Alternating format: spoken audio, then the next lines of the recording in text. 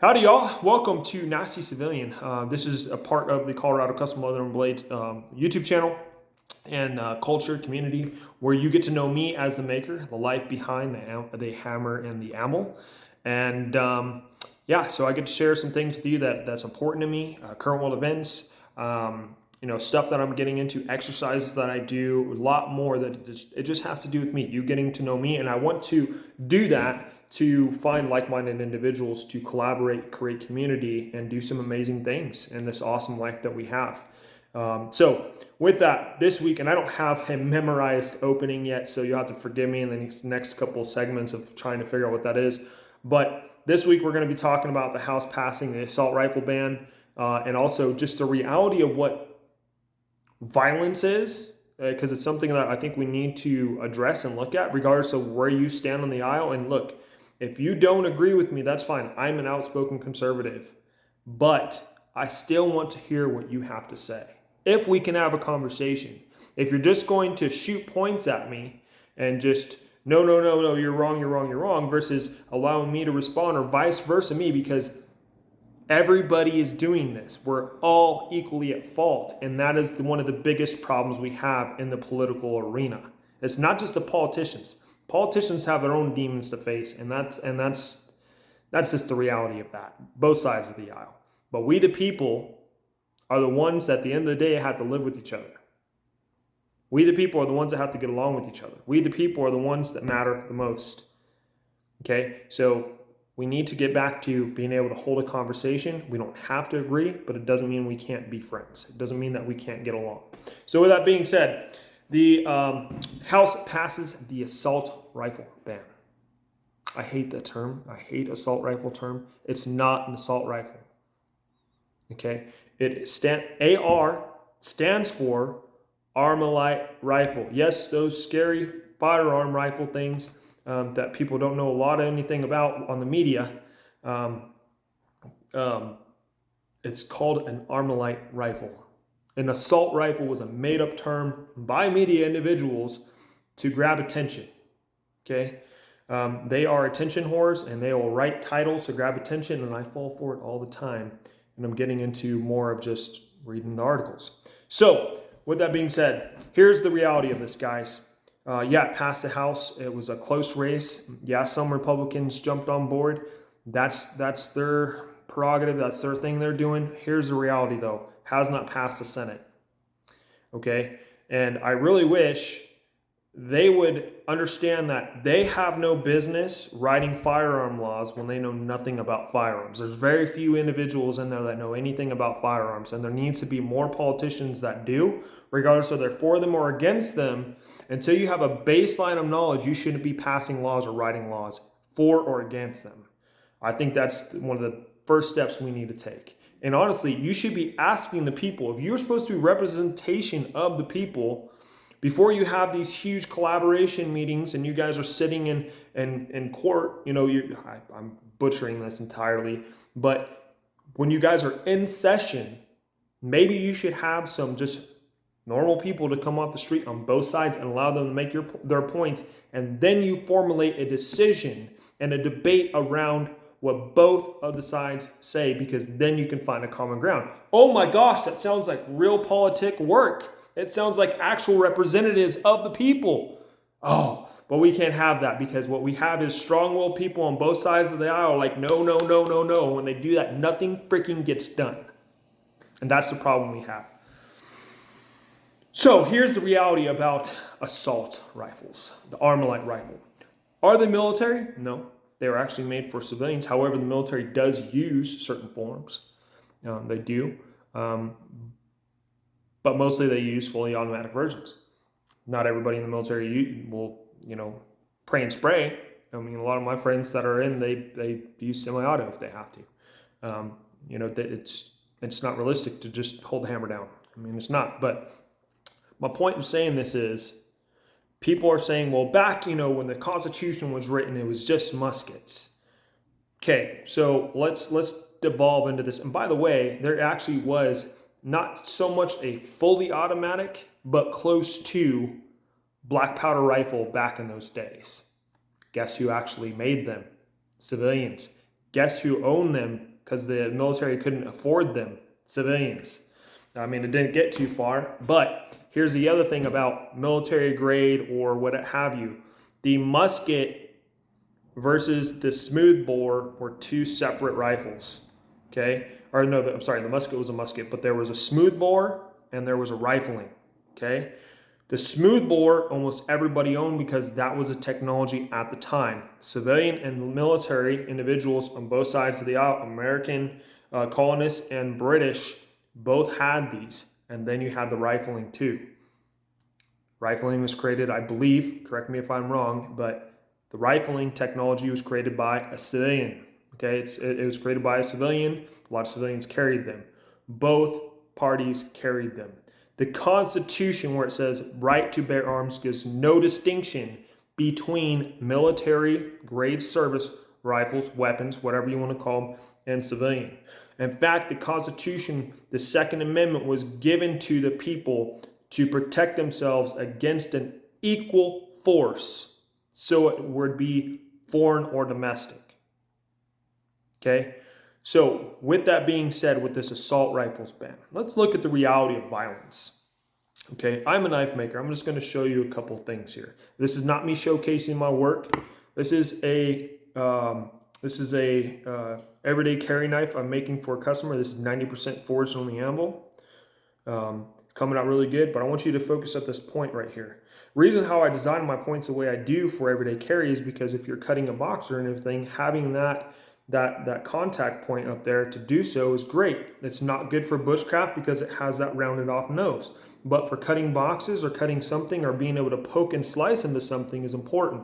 Same thing with my self-defense design, the pebble and the stone. Okay, quick reaction sheath. That's a very aggressive apex point with a very aggressive angled edge. Okay, I designed that entirely for its purpose. God forbid I ever have to use it. So everyday carry, this is a self-defense tool. This never comes out of the sheath unless it's being tuned up or oiled. Okay, or God forbid I have to use it. Reason why I'm pointing this out is Donut Operator did a video not too long ago about groups of individuals that got into an argument. One dude pulls a knife, strikes him once in the neck. He's unconscious in 12 seconds and dies within a minute. So the understanding of violence when it comes to weapons, we focus too much on the assault rifle when we should be focusing on the motive on the individual. We will never be able to control an idea. We learned this in the Middle East. We're learning, you better learn this now with us patriotic Americans too. Because here's what I'm going to say, one more thing about the passing the House. And I'm not about anarchy. I'm not about that at all. But there comes a time when the people have to step up and say no. Okay? If I put freedom, I put God first and freedom on my business card, you think I'm not about that in my own life? Am I saying take arms against the government? No. But when they start harming the people and taking life and liberty and freedom away from the people, that is the time where the people stand together. I'm not saying anything about attacking or anything. I'm saying the people need to stand together and say, piss off, no. And that's all I'm going to say with that. But going back to the reality of violence, going back to regardless if you're a Christian or not, you go back to the earliest stages of civilization, violence has been a part of our life, unfortunately. From rocks to sticks to spears to the first flint knife to whatever. These have been the motives. And if you want to go with rifles, you want to go with pistols, the atlatl, the slingshot, the original slingshot like David's sling, projectile weapons, projectile tools. This is nothing new today. They have been claiming souls for a long time. And unfortunately, that isn't the reality of life. But one thing you cannot control is an idea, like I was saying. And when you have criminals that don't obey laws in the first place, and you take away the tools for law-abiding individuals to save their own, because as soon as you create a ban, you just gave so much power to the criminal element because they own these. And then if they do a door-to-door conversation, and you law enforcement officers, I'm telling you what, you swore an oath, man, and I pray to God you will say no. Because one, there's not manpower, and I don't want to see that day. I don't want to see war. I don't want to see any of that stuff. But the reality is, that is going to be a dark day in America. I'm hoping we'll just stand together and say, piss off. No, you're not going to get your way. And we all stand together. That's what I'm hoping for. And no physical altercation will happen.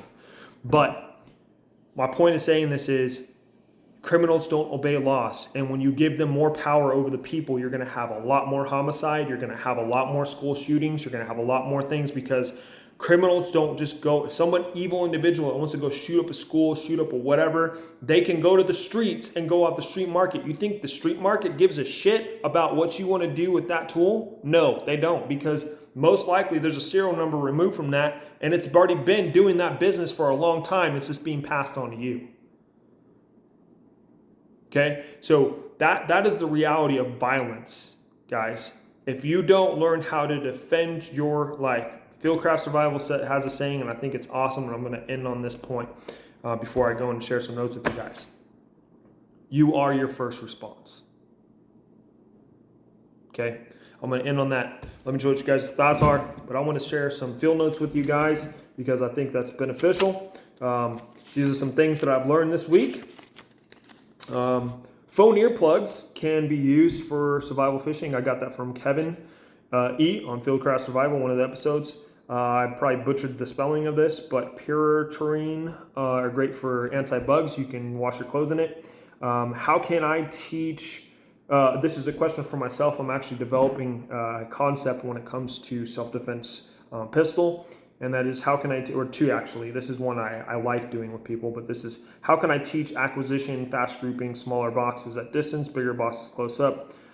Two, bigger boxes at distance, smaller boxes. What that's meaning is you'll be able to put, and I mean, shooting on a flat range is a lot different than actually like moving. Okay, this is just great for training site acquisition and trigger press and all that stuff, but this is just one of the methods. The other one is I'm calling it freeze frame, but I'm not ready to explain that yet. Next note is black and OD green paracord are cool, but not good colors for bushcraft/survival. Put in my notes, I need to find glow-in-the-dark paracord because I'm going to incorporate that with the Wild series. Moving on, this is another quote from an episode I listened to on Fieldcraft Survival by Emerson Knives. Work hard enough, you don't have to introduce yourself when you walk in the room. That's big right there. 5 C's in the book Bushcraft 101, and that is cutting, cover, combustion, containers, cordage. When it comes to being a knife maker, this is something I wrote for myself. Don't try to be the next best thing. Be myself and find my design. Next is mistakes are what we learn from. Failures are what we grow from. That's another quote by myself. Moving on here. Is this the right page? Yeah. Always ask what you can learn. Always ask what I can learn from you, meaning anyone. Learn from somebody. It's important. And I think that we have a bunch of know-it-alls, including myself sometimes. We can always learn from each other, regardless if we agree or not. Good cordage for the bush is Mariner's tarred twisted nylon twine, 12-foot rope, or hemp rope, tubular webbing rope, 24, and mule tape. This is all for like creating a kit. Tie knots are essential to bushcraft. I learned that from Bushcraft 101. Find the path in life that leaves the road everyone else is on. And this is one of my quotes as well. Ammo is important. Stop playing at the range and start training on skills. Be deliberate in training. Survival kits needs to adapt to the seasons and environment. That's also by Kevin on Fieldcraft Survival. And then I need to look up Swedish cook sets. Anyways, guys, God bless. And thank you for listening to Nasty Civilian. Let me know your thoughts. And if there's anything I can do to help you, pray for you, whatever that might be, let me know. And stay free. And we'll see you next week. Keep on being nasty civilians and understand what that means.